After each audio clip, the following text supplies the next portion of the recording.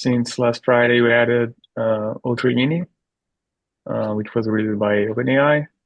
We also added Gemini Flash. Yesterday, uh, Google made available the Gemini Pro 2.0, but that is experimental, and we don't have all the data that we need to put into the router, but it's probably coming soon. But yeah, two things that people are really using from the platform. With that, I also improve how we are scoring those models. So as you can see here, I'm adding more complexity here in how we are, for example, if it is a coding task, and depending on the complexity, I want to give different weights for those. As we have more models, this will become we will start making more sense. So this is something I saw that you could balance models better with this. Yesterday, I also made this ticket to change how suggestions are. Let me just open here.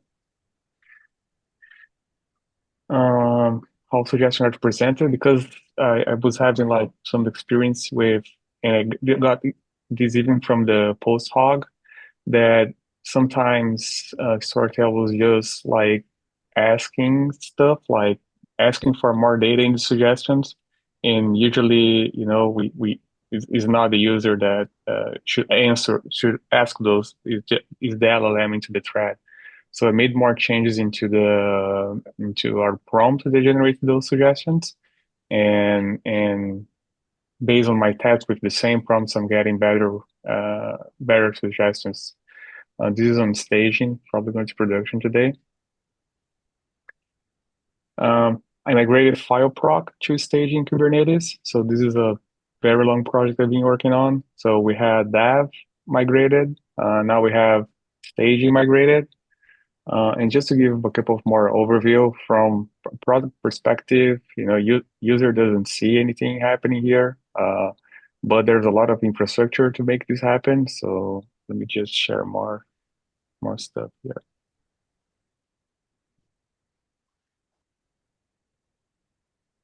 Let's just open the. So for example, this is a CLI that I can interact with Kubernetes. I just want to show that, just to have FileProc, a single service here, and that like answering into this new endpoint, FileProc development or staging, because we created a subdomain now called services, and we're going to put services under this subdomain. So just to have this thing with DNS, HTTPS, we need to have a lot of other services running. So for example, we have FileProc here running, and then we have Tika and Chunker. And before Kubernetes, all of these were running in a single unit, for example. Now they have their own services here. So each one of them is one container.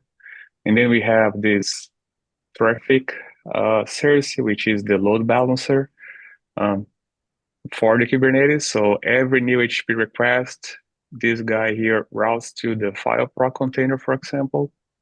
We have Grafana here, so I can have visibility into metrics and logs. I have external DNS as well. So if, for example, Google decides to change the IP for this address, for example, this is the IP that this endpoint resolves. So if Google decides to change this for some reason, or we make another change, this external DNS here will be responsible for changing this DNS automatically for me. I don't need to worry about that, We also have Cert Manager here. So just to have this HTTPS here. So you can see here, this is the certificate for FileProc. Is using our own trust service on Google. So for example, whenever time you access like a web page here, there is a issuer here that issue the certificate. In this case, it's like, what is it? Sectico. And Google offer ones as well. similar to Let's Encrypt. Let's Encrypt is one of the open source tool. But in this way, we have everything in-house. I don't need to depend from any other external services. So we're using Google for that. And what's happened is when the certificate expires every 90 days. So by the time this is getting closer to the expiration date, the service is going to automatically rotate the certificate and expose the certificate to the video service. So, there's a lot of Hey, things just to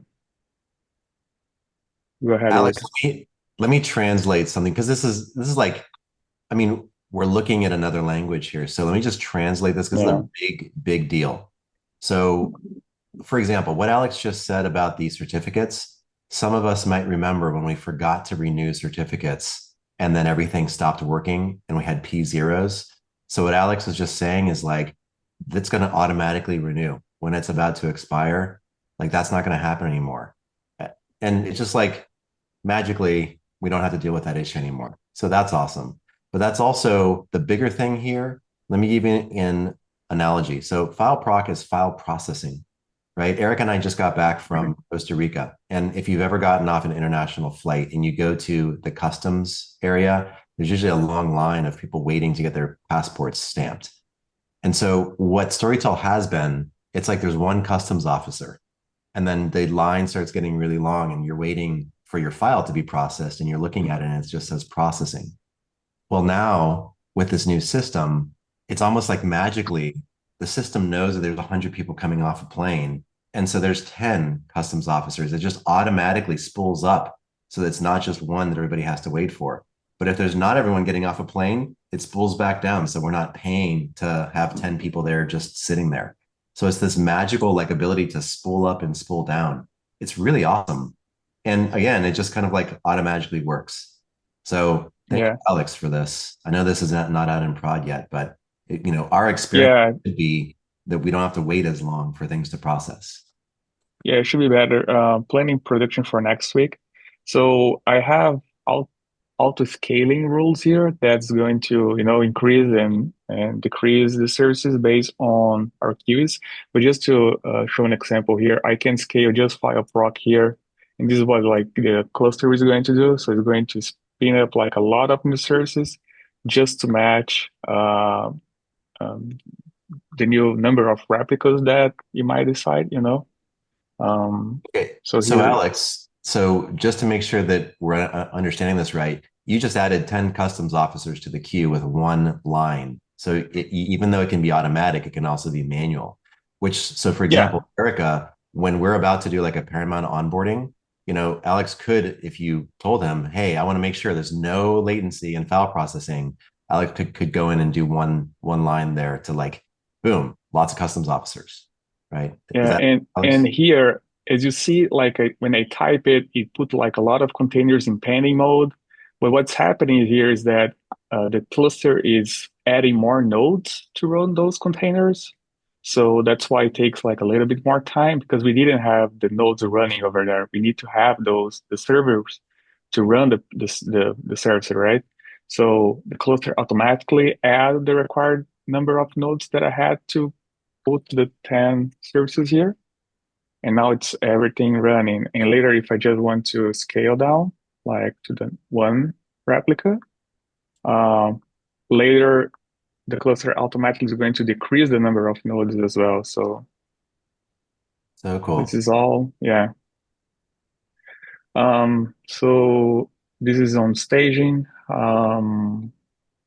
production probably next week. I show this on all hands, but just to dig into a little bit more, I add profiling into the control plane as well. So here on Grafana, we have the ability to, let me just expand my screen here. We have ability to take profiles from the control plane right now. So for example, if I go here in this profile, I can see that, and I can have profiles for different types of the views, for example. I can see for CPU, I can see for Go routines, I can see for memory, and I can have more metrics as well on those. So for example, I can see even more detailed information about routines, memory, process, and etc. Um, I can also, for example, take a flame graph here, and flame graph is another technical thing, but for example, let me just get one spike here. You can see here, this is for CPU, right? So for example, we have a graph here, and if I want to just inspect this type of increase here, this is spike here, I can see in this exactly a snapshot how much time this took, for example, 46 seconds, and I can see what packages or what, because you can see here, it's like curator, process V2, which one of them took more time from the 46 seconds. So for example, this one took 10 seconds. The higher it goes, it's going to visualize me. I just can see which one are consuming more from this time frame. So for us to debug things, this is like a game changer. And I can see this for CPU. I can do this for example, memory. I can see, for example, if I have a like spike in memory usage, I just can um, see exactly what is the object into the memory that's consuming more memory.